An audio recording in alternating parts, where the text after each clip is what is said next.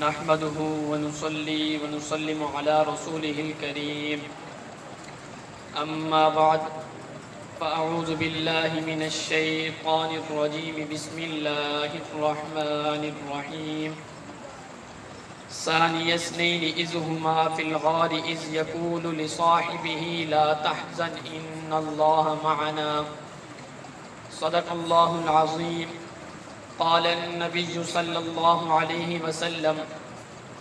لو كنت متخذا خليلا لاتخذت أبا بكر خليلا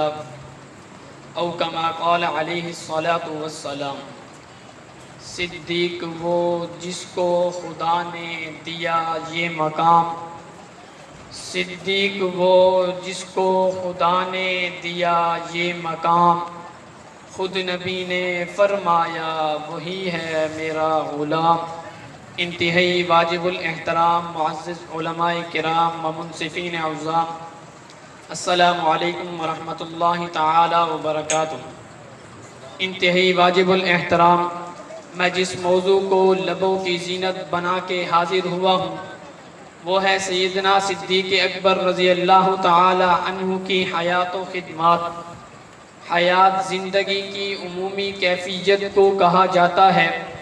اور خدمات اس زندگی کے دوران کیے جانے والے اہم اور مثبت کاموں کو کہا جاتا ہے۔ میں اپنے موضوع سخن کو ان الفاظوں سے شروع کرنا چاہتا ہوں کہ انسانی فضیلت کی ابتدا ایمان اور اسلام سے ہوتی ہے، جبکہ اسلام اور ایمان کی گنتی کی ابتدا ابو بکر سے ہوتی ہے۔ آپ کہیں گے کیسے؟ جب آپ مسلمانوں کی گنتی کی ابتدا کرنے لگو تو سب سے پہلے کس کا نام آتا ہے؟ اور کہتا ہوں سارے صحابہ اسلام کی بنیاد ہیں اور سنگ بنیاد امام الصحابہ حضرت ابو بکر صدیق ہیں۔ ابو بکر کثرت سے پہل کرنے والے کو کہتے ہیں، کس بھلائی میں پہل نہیں کی؟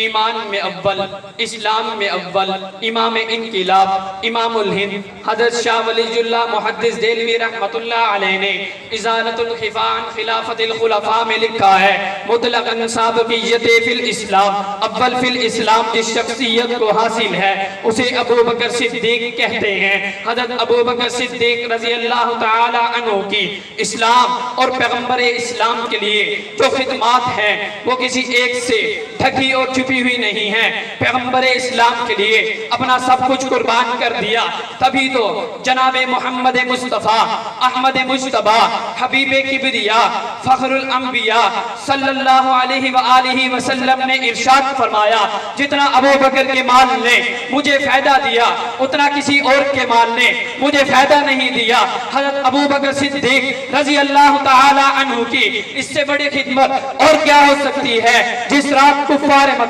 حضور کو قتل کرنے کے در پر تھے، اللہ رب العزت نے حضور کی پہراداری کے لیے، حضور کی خدمت کے لیے، حضور کی ختم نبوت کے لیے ابو بکر صدیق کو متعین کر کے پیغمبر اسلام کا ساتھی بنا دیا اور پوری دنیا کو یہ سبق دے دیا، ابو بکر صدیق اسلام اور پیغمبر اسلام کا خلیفہ اول ہے۔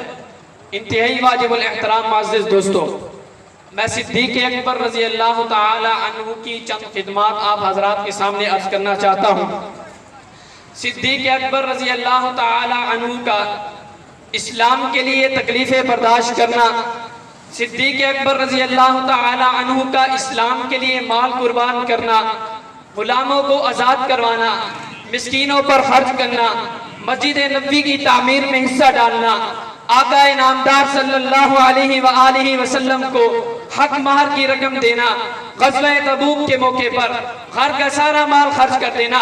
نبی کے ساتھ ہجرت کرنا، ہجرت کے پرخطر راستے میں پیغمبر اسلام صلی اللہ علیہ وآلہ وسلم کو اپنے کندھوں پر اٹھا کر کئی میل کا سفر طے کر کے غار کے دہارے تک پہنچانا، غار کی صفائی کرنا، اپنے آرام کو حضور کے آرام پر قربان کر کے حضور کو اپنی جھولی میں سلانا، حضور کی زندگی میں حضور کے حکم پر مصلی امامت سنبھال کر 17 نمازیں پڑھانا، 9 ہجری میں حج کا امام بننا، منصب خلافت سنبھالنا، حضور کی وفات کے بعد پوری امت کا سہارا بننا، یہ تمام خدمات ایسی ہیں جو حضرت ابو بکر صدیق رضی اللہ تعالی عنہ نے سب سے بڑھ کر سر انجام دی. اس سے بھی بڑھ کر کہتا ہوں منکرین ختم نبوت کے خلاف صحابہ کا لشکر روانہ کر کے ذات پیغمبر کی حفاظت کرانا, پیغمبر کی وفات کے بعد منکرین زکات کے خلاف صحابہ کا لشکر روانہ کر کے ذات پیغمبر کی حفاظت کروانا, حضور کی وفات کے بعد پورے قرآن کو جمع کرانا,